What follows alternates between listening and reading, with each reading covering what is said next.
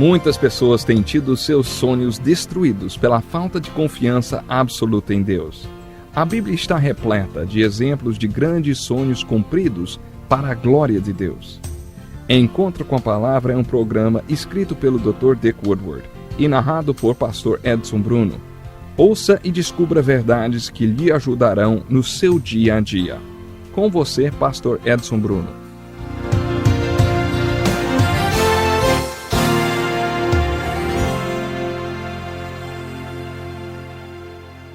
Como é bom estarmos juntos para mais um programa Encontro com a Palavra. Em nosso último estudo, olhamos para os 5 primeiros mandamentos.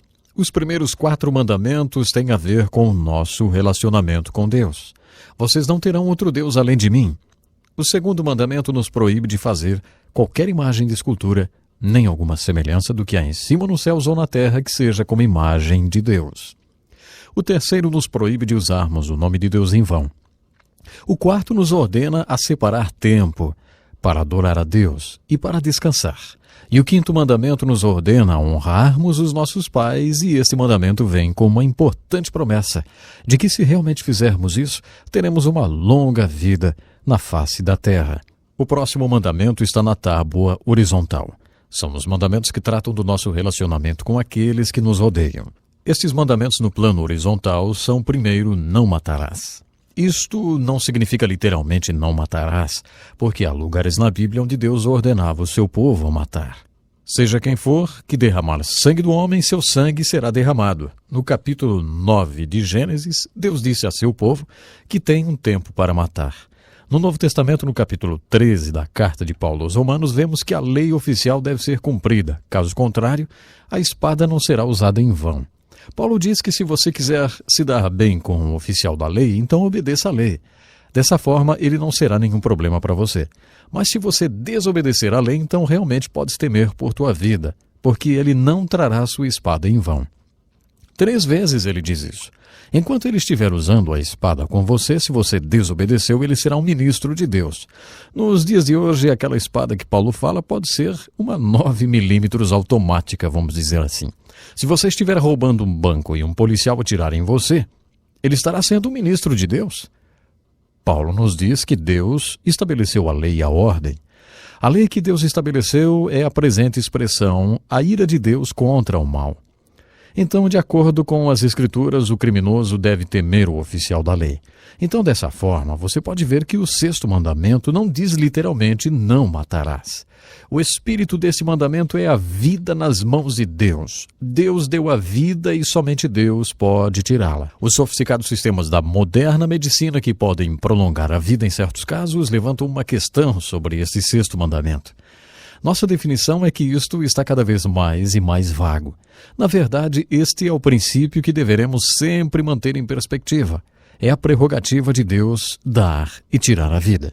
Nós poderemos até prolongar a vida através de modernos equipamentos da medicina hoje, mas Deus é o doador da vida e só Ele pode tirá-la. Eu lembro de uma história sobre uma família que tinha um de seus irmãos que estava com uma hemorragia cerebral. Tudo indicava que ele estava morrendo. Um certo neurocirurgião queria fazer uma cirurgia no rapaz. Esta cirurgia era um fator de alto risco. O médico disse, olha, ele nunca terá sabedoria de Salomão, mas deixe-me operá-lo. Um outro cirurgião daquele hospital não concordou com esta decisão e levou o assunto para a diretoria do hospital, que decidiu bloquear a decisão de operar o rapaz. O homem que foi contra a cirurgia era um judeu. Sua decisão antes que a diretoria tomasse a decisão era esta. Ele está nas mãos de Deus, nós não poderemos fazer nada. 5 anos mais tarde, aquele jovem foi liberado do hospital com 75% de melhora. A família tem constantemente agradecido a Deus por aquele neurocirurgião que disse, ele está nas mãos de Deus. Nós não podemos fazer nada. Deus é o único que dá e pode tirar a vida. Este é o princípio, ou o espírito deste 6º mandamento. Não cometerás adultério. Eu acredito que o espírito desse mandamento é o que poderíamos chamar de o direito dos filhos. Este é o plano de Deus, como declarado lá em Gênesis capítulo 2, estabelecer parceiros para as pessoas para que se tornem pais, e eles farão pessoas que se tornarão também parceiros e pais. Casamento ou lar É o contexto seguro que Deus quer dar para os filhos, para que eles sejam criados e preparados para a face da vida. A segurança dos filhos, então, depende do compromisso e da fidelidade do casal. Eu acredito que esta verdade é o coração desse mandamento. Isto é o que Deus quer mostrar-nos quando diz: não cometerás adultério. Outra razão desse mandamento no espírito desta lei é que Deus criou um contexto seguro no qual estas duas pessoas podem expressar o maior sentimento de intimidade da qual o ser humano é capaz. Eu lembro de um jovem que eu aconselhei anos atrás. Ele estava vivendo como muitos jovens estão vivendo hoje. Ele estava em um colégio estudando e a garota que ele estava vivendo também estudava lá. No verão, eles foram juntos para a cidade para conseguir algum recurso financeiro. Quando as aulas começaram, ele permaneceu trabalhando e ela voltou para o colégio. Por um tempo, nos finais de semana, ela sempre ia visitá-lo, mas uma sexta-feira o telefone tocou e ela disse que não iria mais. Estava tudo acabado.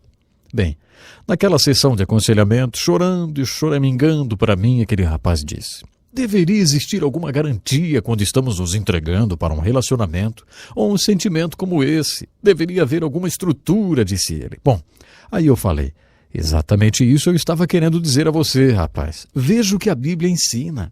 Deus quis que existisse alguma garantia para você que está se entregando a estas áreas íntimas. Deveria existir algo que fizesse com que esse sentimento fosse comunicado de um lado para o outro, e exatamente essa é a perspectiva. Esse é o espírito do 7º mandamento: não cometerás adultério. O 8º mandamento é: não roubarás.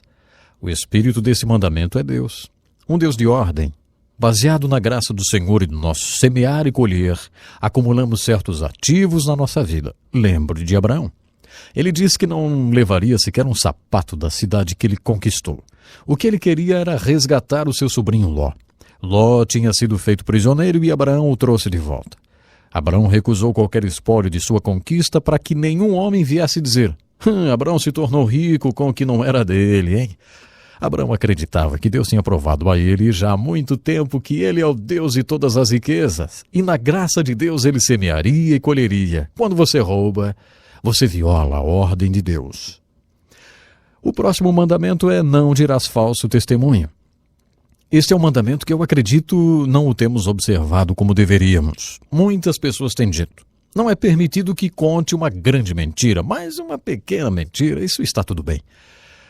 Dessa forma temos grandes mentiras e pequenas mentiras. Mas este mandamento não está dizendo nada sobre mentiras. Se olharmos com muita atenção, vamos ver que o que ele está se referindo é unicamente sobre falso testemunho. Um dos caminhos para se mentir é dizer a verdade fora do contexto ou dizer somente parte da verdade. Manipular a verdade é um dos caminhos para se mentir. Pessoas na mídia são espertos em fazer isso, né? Pessoas se tornam espertas nisso quando querem destruir alguém outro. Eles podem fazer isso dizendo parte da verdade em um tempo particular ou num particular contexto. Anos atrás, um jovem estudante que era também um pastor de jovens olhou no espelho retrovisor do seu carro e percebeu que um veículo da polícia tinha estado lhe seguindo por uns 9 quilômetros. Primeiro, ele não tinha percebido que era um carro da polícia, por ele não ser identificado como tal. Era meio-dia de um sábado e o jovem pastor pensou que aquela sirene era um apito do meio-dia de uma fábrica a qual ele estava passando naquele momento. Quando a polícia finalmente o pegou, ele pensou que estaria sendo levado para a cadeia. Com ele no carro estavam outros jovens que estavam voltando de um acampamento de jovens. O policial pegou a carteira de motorista do rapaz e foi para trás do carro para inspecioná-la. Pelo espelho retrovisor, o jovem pastor pôde ver o policial coçando a cabeça enquanto lia as observações da carteira.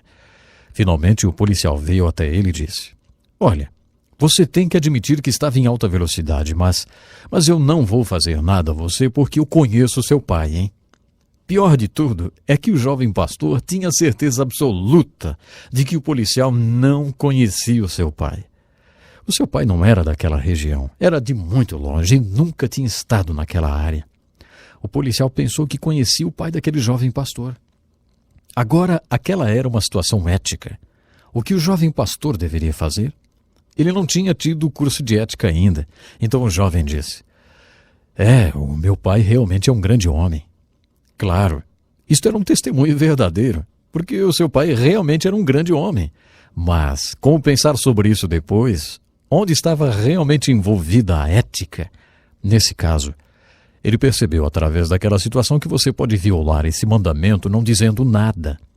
Ele pôde violar esse mandamento dizendo um testemunho verdadeiro, mas violou. Eu não sei o que você faria nesta situação. Acredito que isso serviu para aquele jovem pastor aprender alguma coisa e hoje ele faria diferente. Mas observe atentamente o que este mandamento diz. Não dirás falso testemunho. Não importa se você sabe fazer isso de uma forma muito hábil. Se você der uma falsa impressão de algo, você tem violado o 9º mandamento. Este é o espírito do 9º mandamento. E o último mandamento é: não cobiçarás. O espírito desse mandamento é como o espírito do 8º mandamento: não roubarás. Deus tem um testamento do que nós temos. A esposa que temos, a família que temos, a casa que temos, a posição que temos e o nosso lugar na vida. Deus tem um testamento sobre todas estas coisas. De acordo com as Escrituras, nós não devemos comparar nós mesmos com os outros. Somos todos indivíduos únicos. Quando Deus fez você e quando Ele me fez, Ele jogou fora o padrão ou modelo. Ele não quer que sejamos como ninguém outro.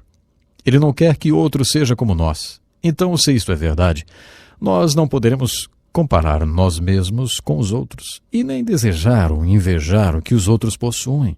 Lembre, a alegoria da salvação no livro de Êxodo é algo muito interessante. Este livro nos mostra o caminho para fora dos nossos pecados. Êxodo nos mostra como ser salvos. Este livro nos mostra como Deus quer que vivamos uma vez que fomos salvos.